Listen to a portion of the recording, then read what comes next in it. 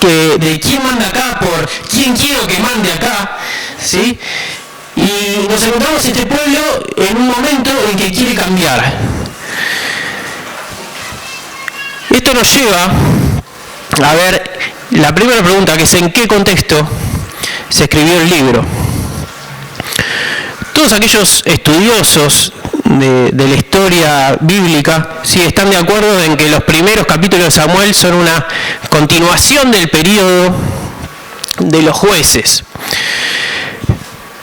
El libro de Samuel nos habla claramente de que los últimos jueces en el pueblo de Israel fueron Elí y Samuel. Y esto nos marca una continuidad y la terminando el periodo de los jueces. De acuerdo al testimonio de los últimos capítulos de jueces, políticamente Israel vivía en una situación caótica. Y 4 veces se nos marca esta frase, que no había rey en Israel. Jueces 17:6, que lo tiene ahí en pantalla, dice: en aquellos días no había rey en Israel, cada uno hacía lo que bien le parecía. 18:1 dice: en aquellos días no había rey en Israel.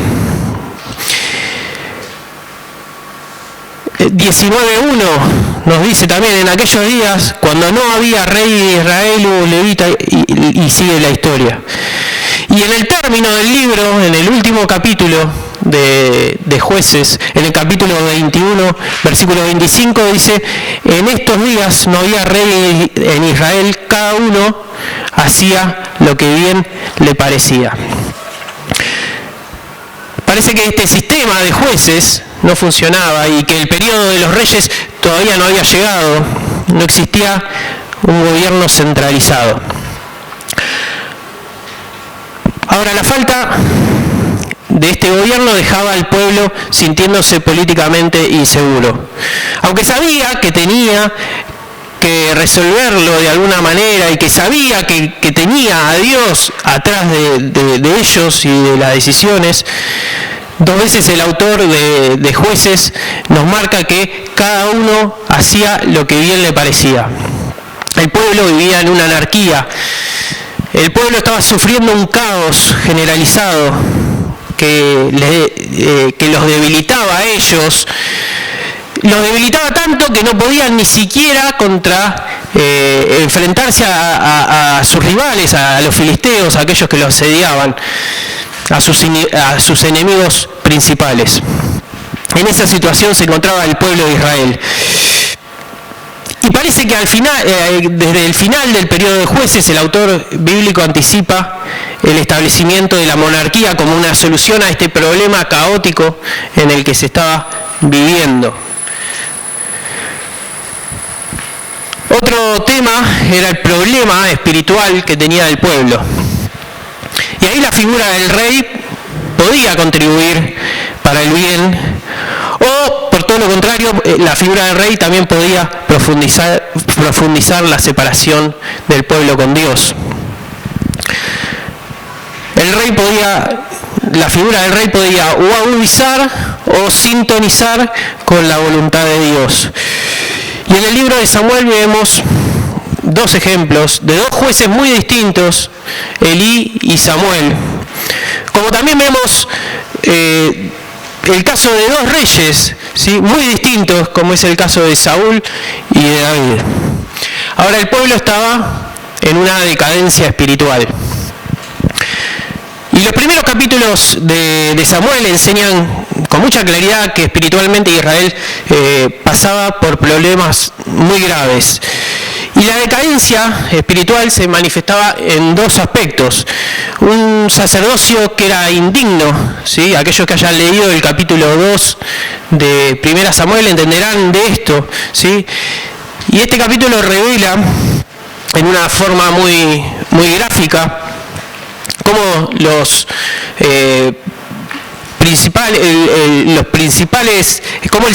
sacerdotes principales como Elí y sus hijos, Ofni y Finés,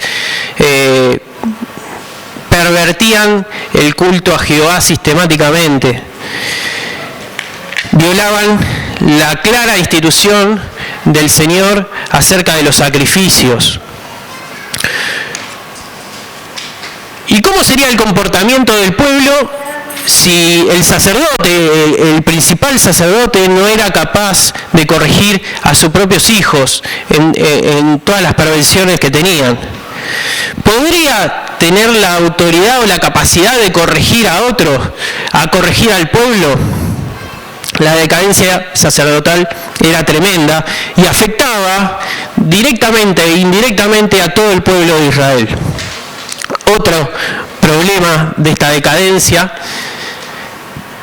era la superstición popular. Y esto queda muy gráfico cuando se ve en el capítulo 4 y el capítulo 6 qué es lo que pasa con el arca del pacto. ¿Sí? El problema era que el artefacto lo habían convertido en un ídolo. El arca representaba la presencia de Dios, la presencia del Señor. Pero a estas alturas los israelitas creían más en el arca que en Dios, ¿sí? Y llevaban el arca como elemento hacia la batalla, ¿sí? como un ídolo que llevan a la batalla para que pelee por ellos. Y ellos pensaban que si llevaban el arca, la victoria iba a estar garantizada, ¿sí? En vez de confiar en el Dios del arca, confiaban en el mueble, en el objeto, en el arca en sí, en el mueble mismo, ¿sí? Y tenían que aprender que la confianza debía depositarse no en el objeto, sino en la persona. Al fin y al cabo, el pueblo cometía idolatría al poner el arca en el lugar que solamente el Señor debía ocupar. ¿Sí? ¿Qué pasó con esta historia? Bueno, la pueden leer. El arca la pierden los israelitas y después por obra de Dios el arca vuelve sola, ¿sí? Al pueblo de Israel. Una interesante historia que aquellos que hayan leído la podrán repasar, y si no, 1 Samuel del capítulo 4 al capítulo 6. Ahora, cuando combinamos esto, cuando combinamos la superstición popular y la decadencia en el sacerdocio, ¿sí? Nos da una clara resolución de destrucción, ¿sí? Cuando combinamos el caos político con la decadencia espiritual, sumado a que Israel estaba en una posición histórica en la que tenía que decidir: o se arrepentían, o por el contrario, iba a venir la destrucción. En ese contexto es que Dios levanta a Samuel. Y por causa del ministerio de Samuel, la primera opción se hizo realidad, ¿sí? Se arrepintieron. El pueblo escapó de su destrucción. Y Dios ama a su pueblo y Dios envía a un libertador nuevamente para que su pueblo viva. En el primer libro de Samuel comienza con el relato del nacimiento del propio Samuel, ¿sí? El segundo libro de Samuel, al término, termina con un reinado próspero de David. Los eventos que pasan entre medio, que se relatan en todos estos libros, que en estos 56 capítulos aproximadamente abarcan una amplitud de tiempo de 150 años de historia de Israel. Ahora, ¿cuál es el objetivo inmediato de este libro? ¿Cuál es el propósito? ¿Sí? Cuando uno inicia un estudio de un libro bíblico, siempre debe averiguar las razones por las cuales se escribió, cuáles son su propósito, y siempre debe estar en la mente de aquel que quiere interpretar, ¿sí? ¿Por qué se escribieron estos libros de Samuel? ¿O por qué se escribió este libro de Samuel? Bueno, podemos hablar de tres cuestiones o tres propósitos bien definidos. El primero, el histórico. Esta es la razón más obvia, ¿sí? El pueblo de Israel necesitaba conocer su historia, y el autor relata lo que aconteció desde la época de los jueces hasta los últimos años del rey David. Y por medio de su narración el autor contesta más específicamente sobre Samuel. Bueno, ahí tiene muchas horas de estudio. Sí, pero vamos a leer esto que es fundamental. 1 Samuel 8, a partir del versículo 4, cómo el pueblo de Israel rechaza y menosprecia el gobierno de Dios. ¿Sí? Dice así: entonces todos los ancianos de Israel se juntaron y vinieron a Ramá para ver a Samuel, y le dijeron: he aquí tú has envejecido y tus hijos no andan en tus caminos, por tanto constitúyenos ahora un rey que nos juzgue, como tienen todas las naciones. Versículo 6, pero no agradó a Samuel estas palabras que dijeron: danos un rey que nos juzgue. Y Samuel, ¿qué hizo Samuel? Samuel fue y oró a Jehová, y dijo Jehová a Samuel: oye la voz del pueblo en todo lo que digan, porque no te han desechado a ti, sino a mí, a Dios, me han desechado, para que no reine sobre ellos. Ahora, esto del rey, como ya vimos en otras oportunidades, no es nada nuevo. Ya se había profetizado que Israel tendría un rey. El mismo cántico de Ana nos anuncia un rey, y todavía no había rey en ese momento. Un pasaje que ya leímos en más de una oportunidad, Génesis 17:6, dice: y te multiplicaré en gran manera, y haré nación de ti, y reyes saldrán de ti. Profetizado muchísimo tiempo antes.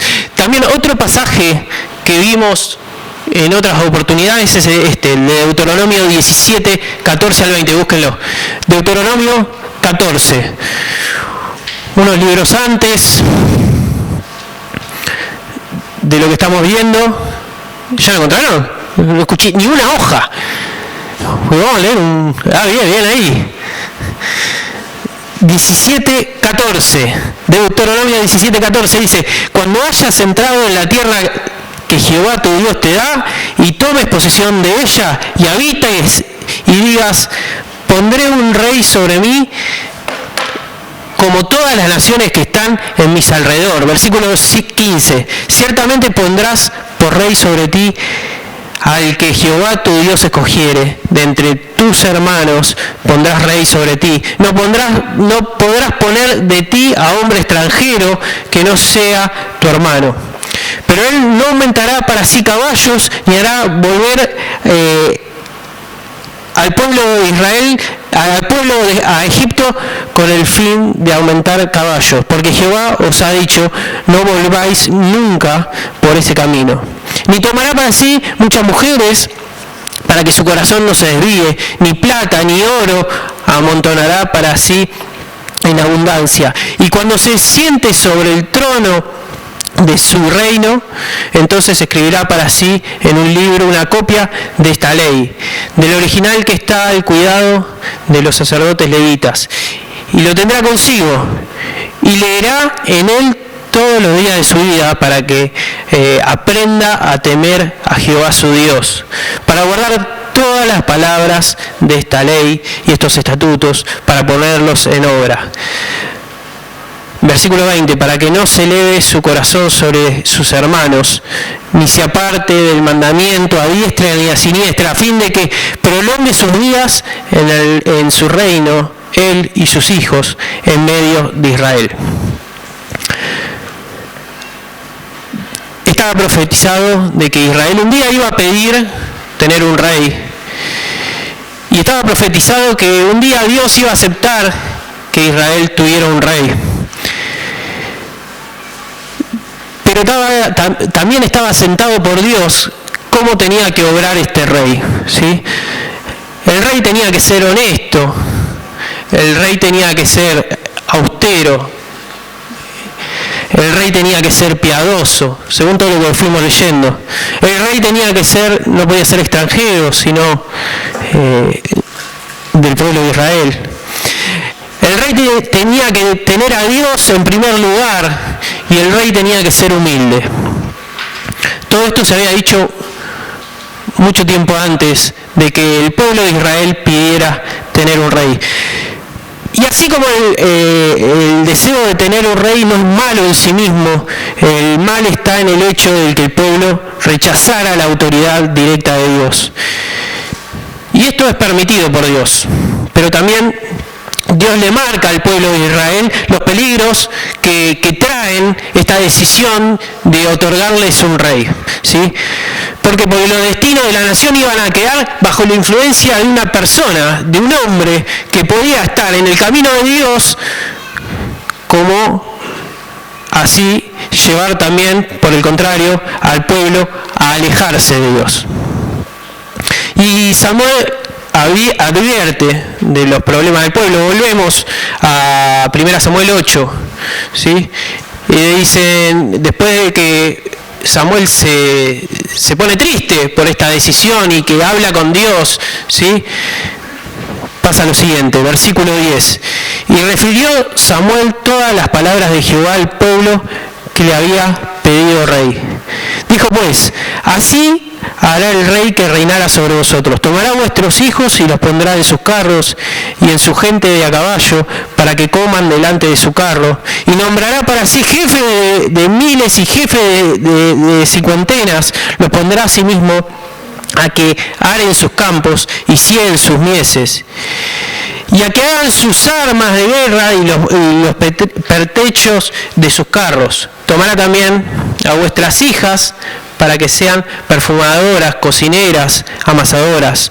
Asimismo tomará el rey lo mejor de vuestras tierras y de vuestras viñas y de vuestros olivares y lo dará a sus siervos.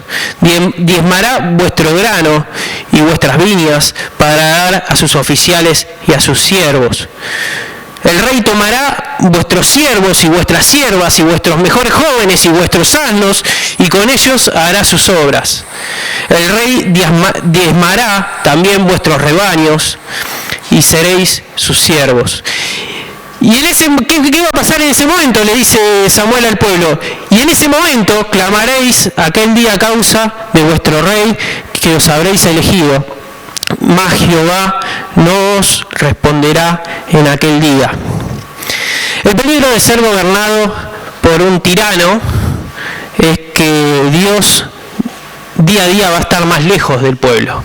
¿Sí? Que Dios no tome las decisiones centrales tiene consecuencias. Y en estos libros vemos dos claros ejemplos de esto, de principio a fin vemos esto. Y vemos dos personajes, Saúl y David, y Saúl sirve de contraste a David. Saúl es lo que el pueblo esperaba de un rey, una persona con un aspecto de rey. La gente lo miraba y decía, él es el rey, ¿sí? Una persona alta, grande, con presencia, que se destacaba del resto, ¿sí? Pero terminó mostrando todo lo opuesto a lo que Dios espera de un rey, como leímos en Deuteronomio 17. ¿En qué se convirtió Saúl?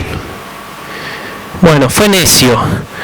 Ahí lo tenemos en pantalla, 1 Samuel 13:12, dice, entonces Samuel dijo, ¿qué has hecho? Y Saúl respondió, porque vi que el pueblo se me desertaba y que tú no venías dentro del plazo señalado y que los filisteos estaban reunidos en Micmas, me dije, ahora descenderán los filisteos contra mí en Gilgal y yo no he implorado el favor de Jehová. Me esforcé pues y ofrecí holocausto. Entonces Samuel dijo a Saúl, locamente has hecho, no guardaste el mandamiento de Jehová tu Dios que él te había ordenado, pues ahora Jehová hubiera confirmado tu reino sobre Israel para siempre. ¿Qué pasó? Saúl, no siguió los procedimientos de Dios. Quiso inventar sus propias leyes, quiso inventar sus propias reglas, ¿sí? Tenía miedo del enemigo cuando es el pueblo de Dios y cuando Dios estaba detrás de todo, ¿sí? Hizo sacrificio cuando tenía que esperar a Samuel para hacer el sacrificio, ¿sí? Un necio. No solo fue necio, fue un desobediente. 1 Samuel 1:15 10 dice, y vino palabra de Jehová a Samuel diciendo, me pesa haber puesto por rey a Saúl porque se ha vuelto en pos de mí y no ha cumplido mis palabras. Y se apesadumbró Samuel y clamó Jehová toda aquella noche. Sigue diciendo en el versículo 19, ¿por qué pues no has oído la voz de Jehová, sino que vuelto al botín has hecho lo malo a los ojos de Jehová?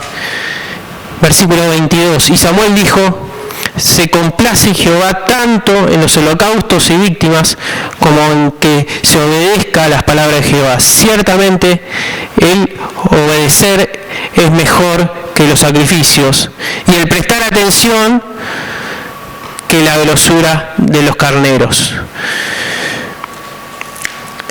Un desobediente era Saúl. Quería armar sus propias reglas, ¿sí? No seguir los lineamientos de Dios, desobedeciendo una y otra vez. Pero no solo era desobediente, también era celoso, ¿sí? Y mostró celos de David. En 1 Samuel 18:8 dice, y se enojó Saúl en gran manera y le desagradó este dicho y dijo, a David dieron 10.000 y a mí miles, no le faltaba más que el reino, y de aquel día Saúl no miró con buenos ojos a David. Cuando David mató a Goliat, volvió al pueblo y el pueblo no paraba de aclamarlo, y esto llenó de celos al rey, ¿sí? Al ungido de Dios. Saúl era celoso, también era odiador, le gustaba odiar, parece. 1 Samuel 19:1 dice, habló Saúl a Jonatán su hijo y a todos sus siervos para que matasen a David, ¿sí?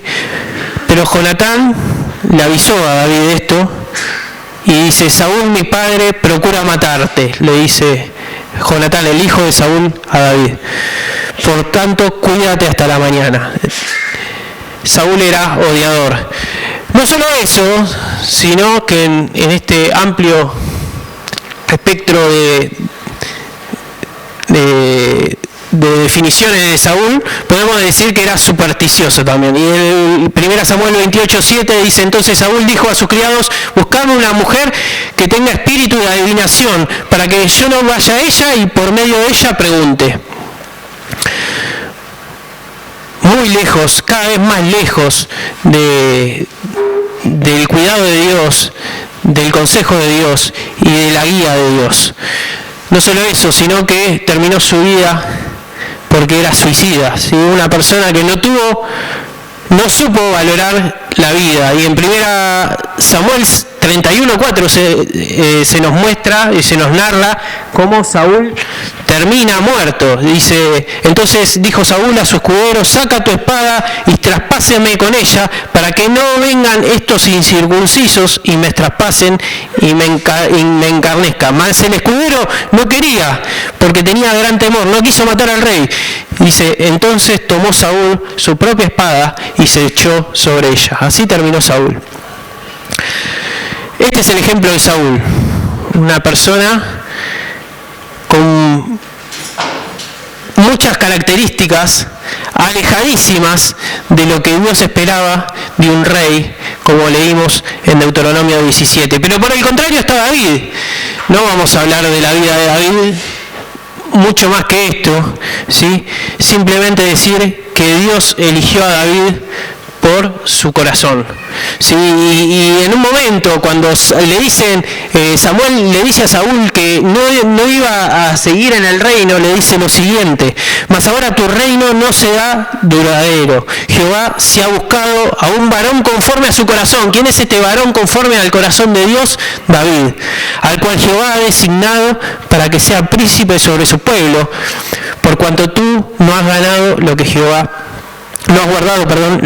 te mandó. Dios eligió a David porque David tenía un corazón conforme a Dios, ¿sí? ¿Y cómo terminó su vida David? Bueno, lo decía hace un rato. En 1 Reyes 15:5 dice, por cuanto David había hecho lo recto a los ojos de Jehová y de ninguna cosa que le mandase se había apartado en todos los días de su vida, ¿sí? Hizo lo recto a los ojos de Jehová. Todo lo que se le mandó lo hizo y nunca se apartó de eso, salvo en lo tocante a Urías Eteo. Para Para resumir, Saúl es todo lo que el pueblo quería. Es el rey que el pueblo esperaba y que quería. En contraposición, David. David es todo lo que Dios espera para su pueblo. Pero estamos analizando el libro de Samuel. ¿Cuál es el tema central? Bueno, el primero de estos temas centrales es el pacto davídico. Si los libros están estructurados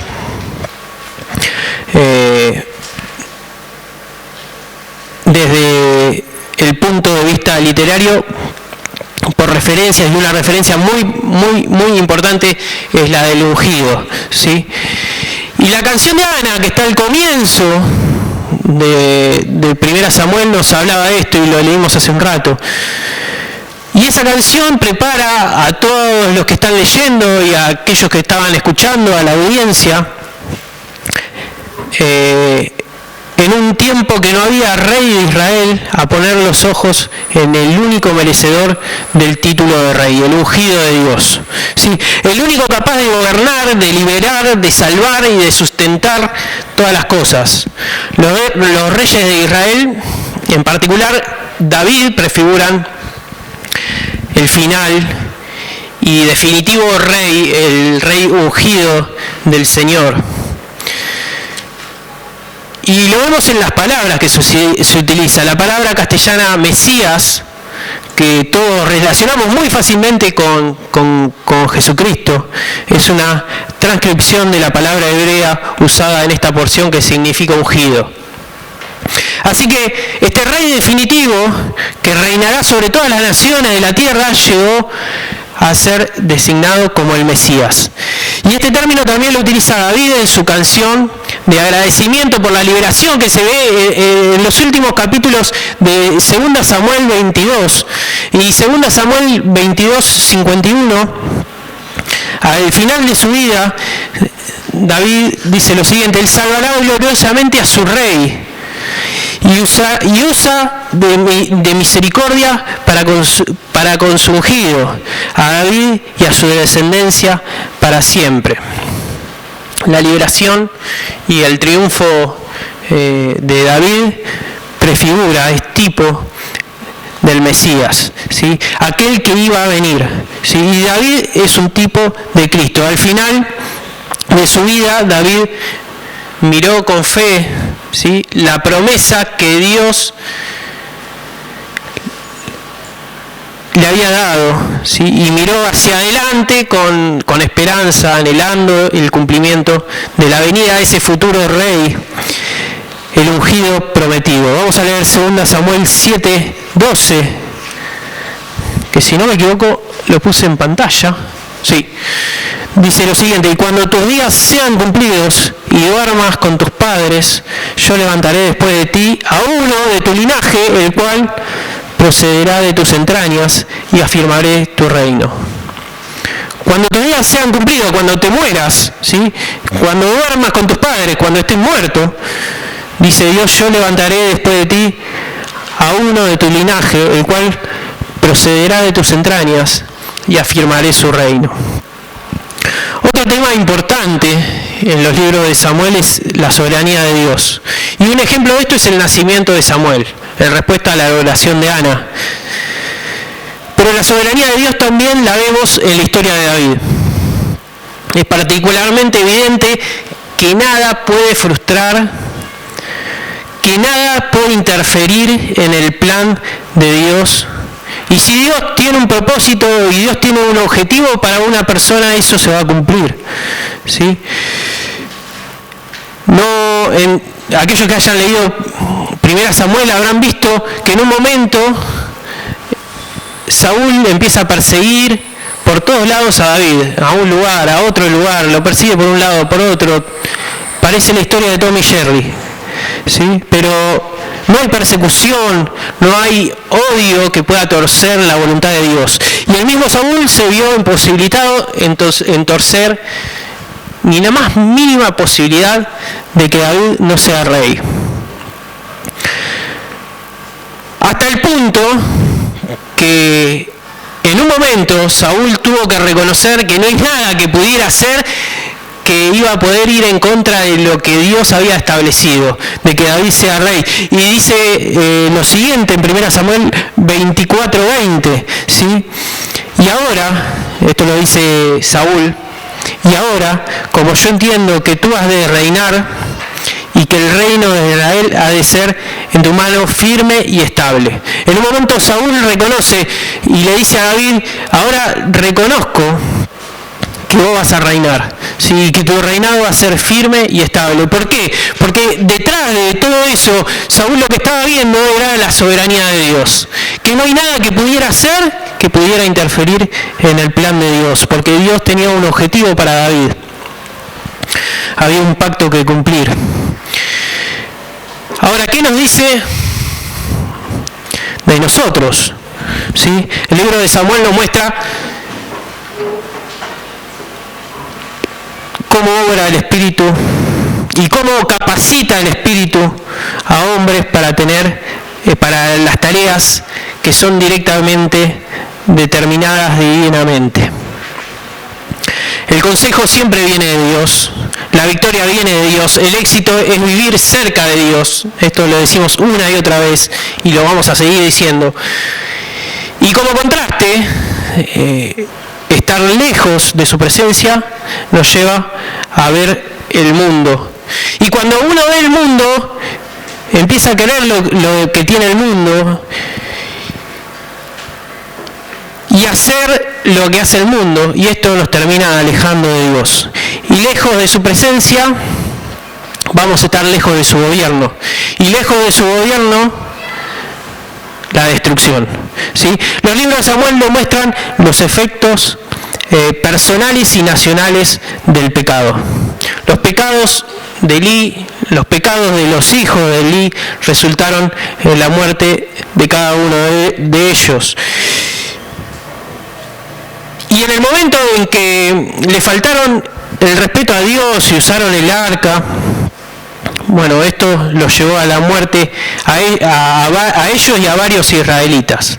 Ahora, la desobediencia de Saúl resultó en el juicio del Señor y él fue rechazado como rey de Israel y sus generaciones siguientes no pudieron ocupar el lugar hereditario del reino.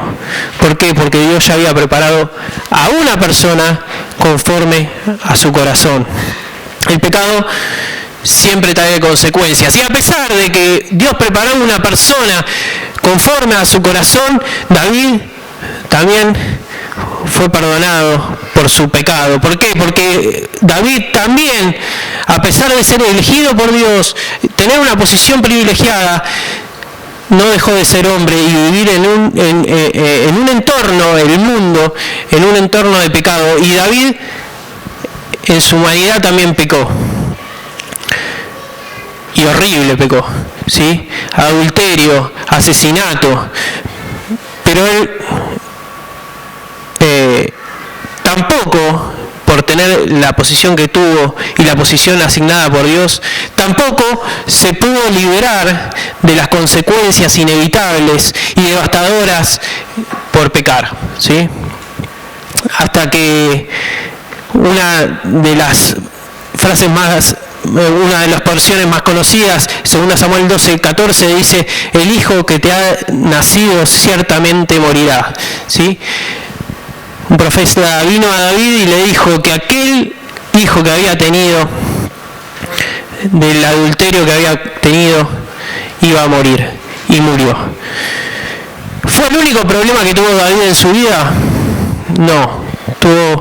Su vida estuvo llena de dramas y problemas, y como dije antes, no me hubiese gustado estar en los zapatos de David. Problemas de todo tipo. El pecado fue uno. La muerte, como consecuencia del pecado, fue otro. Pero tuvo un montón de problemas: guerras civiles, traiciones, problemas familiares, violaciones, muerte de hijos, asesinatos. Un espanto la vida. Pero ¿cómo termina la historia de David? Primera Reyes 15:5 dice: pero fue recto a los ojos de Dios. ¿Sí? ¿Qué lugar que a veces no nos ponemos nosotros. ¿Sí? Nosotros muchas veces tenemos problemas menores comparados a lo de David y por mucho menos nos alejamos de Dios. David tuvo sus problemas, tuvo sus tristezas, tuvo sus angustias, muchísimas, pero siempre supo volver a Dios, a pedir perdón. La diferencia entre Saúl y David es que David siempre tuvo la humildad de volver a Dios y pedir perdón. Por último, ¿qué lugar ocupa en el gran panorama bíblico? En resumen, David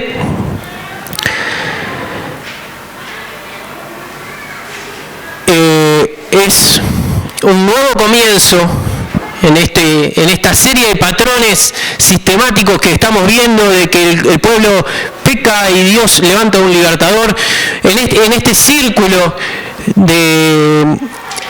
que vemos repetido una y otra vez, Dios asigna un nuevo comienzo y David es el nuevo comienzo y David marca esta nueva oportunidad para el pueblo. Y a fin Israel tiene el tipo del rey que Dios quiere. David no es perfecto y su lujuria lo lleva a adulterar y a ordenar después la muerte de Urías, esposo de ella. Sin embargo, la mayor parte de su vida busca ser fiel a Dios y esto trae como consecuencia que Dios lo bendice a él y a su pueblo por medio de él. Al principio solo la tribu de Judá lo reconoce como rey, pero en pocos años todo Israel lo iba a seguir a David.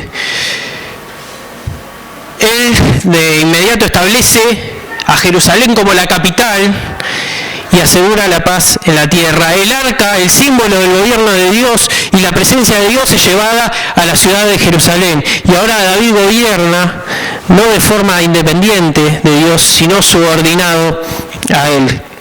Jerusalén no es solo la ciudad de David, también la ciudad pasa a ser la ciudad de Dios. Si Israel nunca disfrutó de tanta paz y prosperidad en su historia. Y todo nos lleva a ver el reino, ¿sí? Y a contemplar al rey, y la figura del rey y del reino. Y como consecuencia, también el libro de Samuel nos lleva a ver fuertemente al Rey eterno, ¿sí? Y a su reino eterno. Como dijimos, David es tipo de Jesús, el libertador perfecto, ¿sí? Aquel que es rey sobre todo. Y luego se profetiza en el libro de Samuel que un rey aún más grande que David. Y esto deja en claro que el futuro pacto depende del rey futuro. Dios cumplirá su promesa por medio de ese gran hijo de David, ¿sí? El pacto de David decía que nunca su nombre iba a salir del reinado, ¿sí? Jesucristo, siguiendo la línea de David, vino a este mundo y Jesucristo vino a este mundo para transformarse en Rey de todos. Segunda Samuel 7, 11 y 16 dice: cuando tus días sean cumplidos y duerman tus padres, o sea, que David esté muerto, yo levantaré después de ti a uno de tu linaje, como leímos antes, el cual procederá de tus entrañas y afirmaré su reino. Él edificará casa en mi nombre y yo afirmaré para siempre el trono de su reino. Yo le seré a él padre y él será a mi hijo, y si él hiciere mal, yo lo castigaré con vara de hombre y con azotes de hijo de hombre. Pero mi misericordia no se apartará de él como la parte de Saúl, al cual quité de delante de ti, y será firmada tu casa, y tu reino para siempre delante de tu rostro, y tu trono será estable eternamente. Ahora la pregunta es: ¿de quién está hablando? Y hay muchas profecías en el Antiguo Testamento, muchas de estas se cumplen en más de un nivel, ¿sí? Esta profecía se cumple de modo parcial en el rey Salomón, que vamos a estar viendo la semana que viene, que construye el templo. Pero luego también esta profecía se cumple plenamente y solo plenamente en el Señor Jesús, quien es el más grande hijo en esta línea de David, el único que es capaz de hacer que el reino de Salomón pase a ser una sombra. Y esto lo vamos seguramente a estar viendo en Lucas 11:31 la semana pasada. La semana pasada no, la semana que viene.